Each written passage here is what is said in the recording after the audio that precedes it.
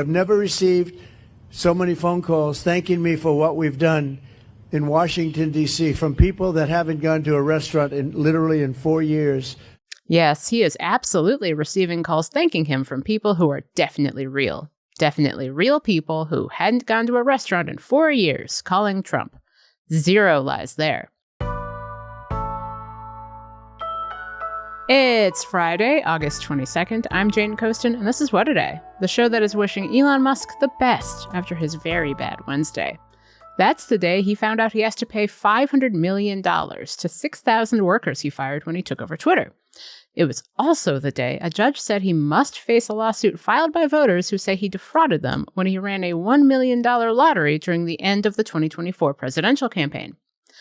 I'd say I hope things get better for Elon, but I would be lying. On today's show, President Donald Trump says thank you to law enforcement patrolling the crime-riddled streets of Washington, D.C. And Russia launches another aerial assault against Ukraine. But let's start with the great redistricting race of 2025.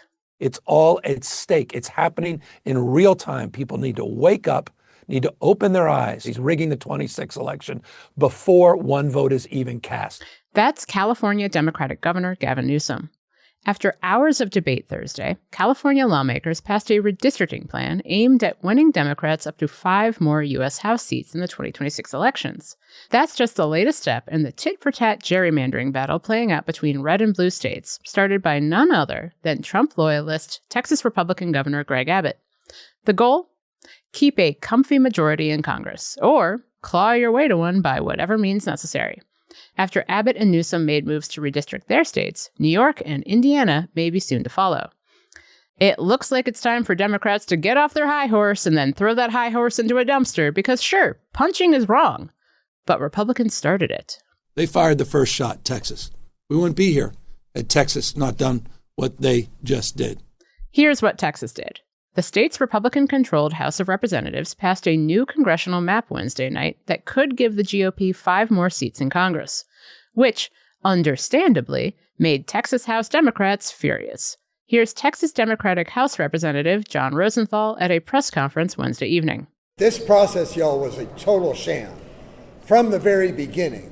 And I don't know if you saw some of the questions I asked on the House floor today, but if these folks can redraw the lines and change the districts in this state in the span of just a few weeks, they could do it in front of every election. Texas Democrats did their best. They literally fled their state for weeks, risking arrest and accruing hefty fines to stop the Texas House GOP from reaching quorum and passing the Republican-favoring map. But Democrats couldn't stay away forever, and the House-approved map will now head to the state Senate, where it's likely to pass since the Texas Senate is also under GOP control. Meanwhile, the California map needs approval from voters in a special election scheduled for November. So, now what? I thought I'd ask former U.S. Representative and current Democratic candidate for U.S. Senate, Colin Allred. He stopped by the studio to break down what all this means for his home state and the 2026 midterms. Colin Allred, welcome to What A Day. Yeah, thanks for having me. More than 50 Democratic reps fled the state to avoid votes on the new GOP maps, only to have the state close to getting those maps finalized anyway, likely this week. Do you think it was worth it? It was. And, I was a voting rights lawyer before I was ever in Congress, after I played in the NFL. And, this is something I've been fighting against my whole career. But I think in many ways, this was so blatant that folks understood this. And many times when I would work on voting rights over a decade ago, we'd almost have a hard time explaining to folks what gerrymandering was, what a voter ID would do in terms of discriminatory impact. This one was so blatant that people understood it, but it needed time for people to hear about it. And that's what I think it gave, was time, and then also for other states to organize and say, we're going to respond. For folks who only watch the headlines from outside of Texas, how many districts would be affected by these maps, and what would the before and after look like? Yeah. So they are trying to, and they're going to pass this map that's going to steal basically 5 Democratic districts.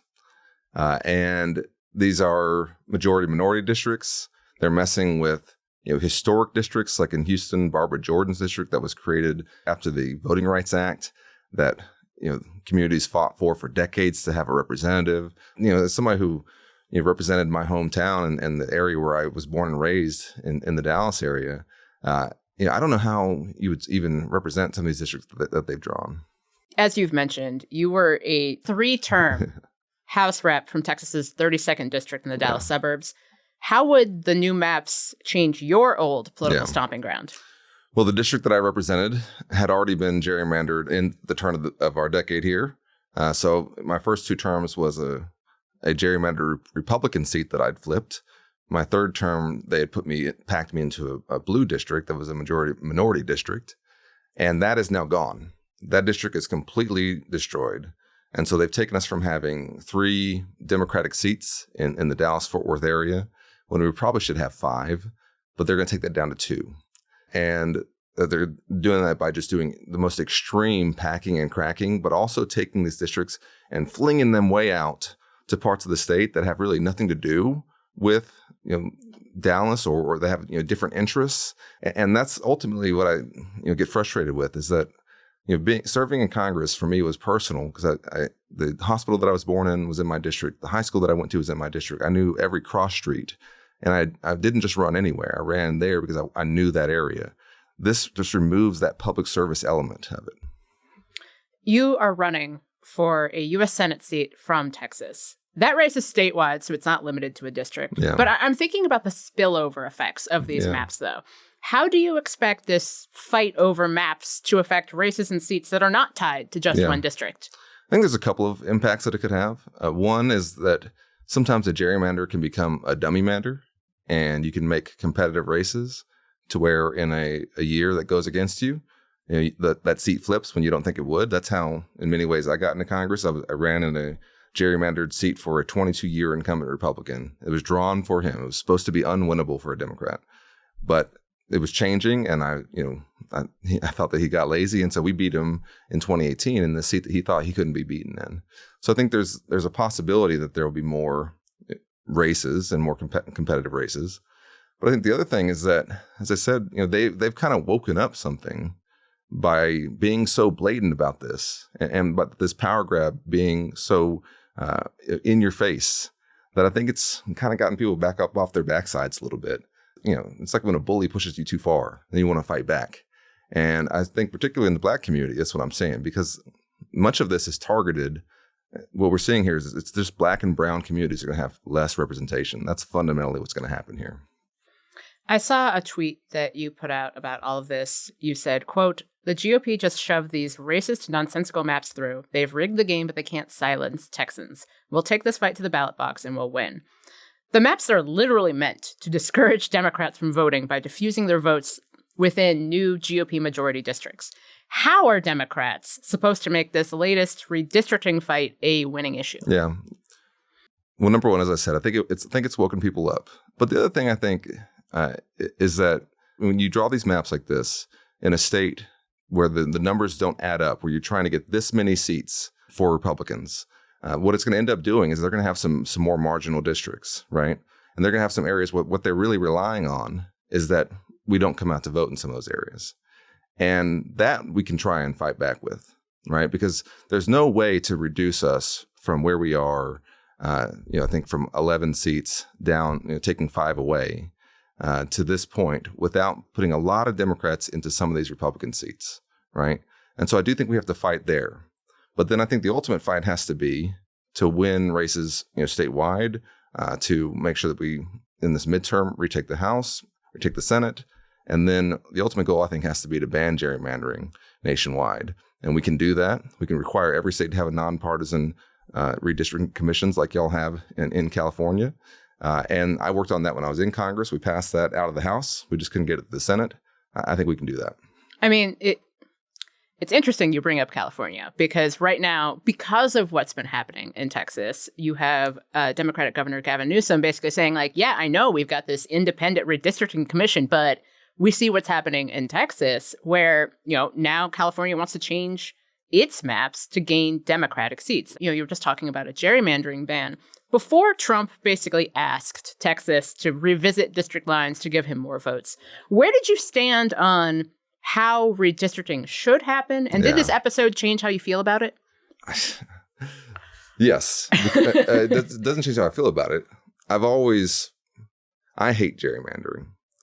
I hate it for a number of reasons. I hate it as a voting rights lawyer because what it does is it leads folks to think that, why should I vote? The election's already rigged. Whether you're in a safe Democratic seat, safe Republican seat, why should I even vote? I ran into that all the time during my voting rights career. But as a member of Congress, I think it's broken the House because it produces all these extremists who really only have to worry about getting elected by a small segment of their primary electorate. And so they get to Congress and they're just wiling out. They don't have any interest in governing. Why should they? That's not what their incentive is going to be for getting reelected, right? They're not going to run on the bills they've passed. They're going to run on, all the rocks that they've thrown. When you reach a tipping point and you get too far of that, that's when you get a Congress like we have now that's completely broken. And so I always hated it. What I think now is that we have to fight fire with the goal of being that we're going to ban this. I don't think we can just say we're just going to continue to circle the drain and every state should do the most extreme gerrymander they can. That to me doesn't make any sense. But we can say we're not going to let you rig this election.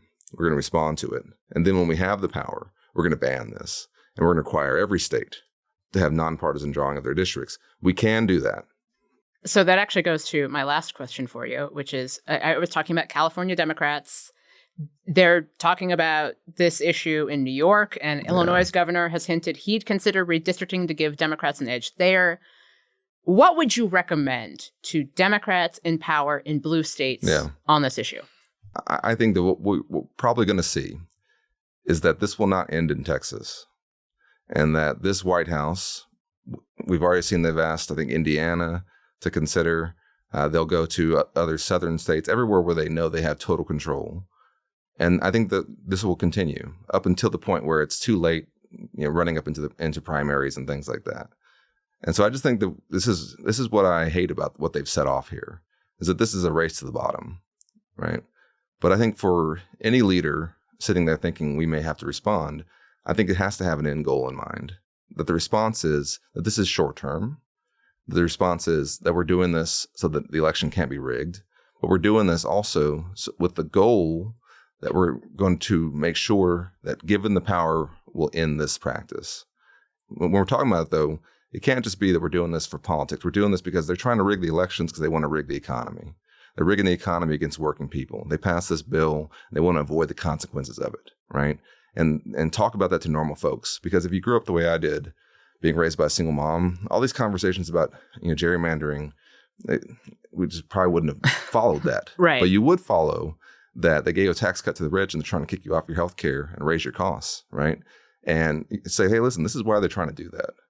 And make sure that we connect this political act that they're doing to what they're doing to real people. Colin Allred, thank you so much for joining me. All right, thank you. Appreciate it.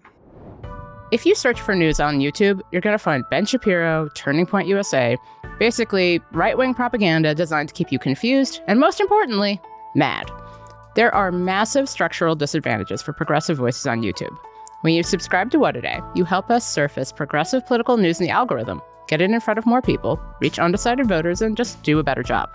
We give you the facts from the people at the heart of the story, while staying irreverent, engaging, and fast. So subscribe to our channel. It really does help. What A Day is brought to you by Nutrafol. If you're dealing with hair issues like thinning or shedding, but feel totally stuck on what to try next, I get it. There are so many products out there, and it's hard to know which ones are actually going to do anything. But Nutrafol is physician-formulated, clinically tested, and even recommended by dermatologists. In fact, Nutrafol is the #1 dermatologist-recommended hair growth supplement brand, trusted by over 1.5 million people. You can feel great about what you're putting into your body since Nutrafol hair growth supplements are backed by peer-reviewed studies and NSF Content Certified, the gold standard in third-party certification for supplements. While many supplements rely solely on ingredient studies, Nutrafol clinically tests final formulations to ensure their efficacy using a variety of hair measurement tools, like hair counts and pull tests, to assess growth, quality, shedding, and texture. See thicker, stronger, faster-growing hair with less shedding in just 3 to 6 months with Nutrafol. For a limited time, Nutrafol is offering our listeners $10 off your first month subscription and free shipping when you go to Nutrafol.com and enter the promo code DAY. Find out why Nutrafol is the best-selling hair growth supplement brand at Nutrafol.com, spelled Nutrafol.com, promo code DAY. That's Nutrafol.com, promo code DAY. Headline. I'm here, of course, as a representative of the President of the United States that has done more for the prosperity of the American worker than any president in a generation. So can we give it up for President Donald J. Trump? Because I know he's watching. On Thursday, Vice President J.D. Vance praised Trump with a level of enthusiasm I assumed he was only capable of in the presence of a sectional. If you're watching on YouTube, you can see just how excited he was. Vance spoke at a refrigeration plant in Fayette County, Georgia. He was joined by a group of the plant's employees who stood under a large sign reading, "Jobs, jobs, jobs." During his remarks, Vance talked up Trump's big, beautiful law and dissed Georgia Democratic Senator Jon Ossoff, who will be up for re-election in a year. And the simple answer is because Jon Ossoff, whatever he pretends to be in his television commercials, he doesn't give a damn about the 3rd District, and he doesn't give a damn about the people of Georgia, but we do, and we're going to fight for you every single day. Sure. Vance touched on a wide range of topics during his appearance, making sure to play all the MAGA hits. I'm talking immigrants stealing your jobs! They took our jobs! The threat of the mentally ill, quote, festering in our streets, and why it's somehow racist to reduce police presence in public. The vice president also focused closely on public safety in Washington, D.C. and Atlanta. And I don't care what your political party is, but if you're a family and you want to take your kid to a nice meal in downtown Atlanta, it's about a 40-minute drive, take your kid to a nice meal in downtown Atlanta, you ought to be able to without being harassed by a criminal. We got to take America's streets back for the American people, and that's what the President of the United States is doing every single day. Anyway, he claimed armed robberies were down by over 50% in Washington, D.C. in the last 10 days, ever since Trump mobilized the National Guard, without citing any sources. Russia launched a missile attack on western Ukraine overnight, officials said Thursday, striking targets including an American-owned electronics plant. It comes after President Trump tried to play middleman, holding separate talks about peace with Russian President Vladimir Putin last week and Ukrainian President Volodymyr Zelensky on Monday.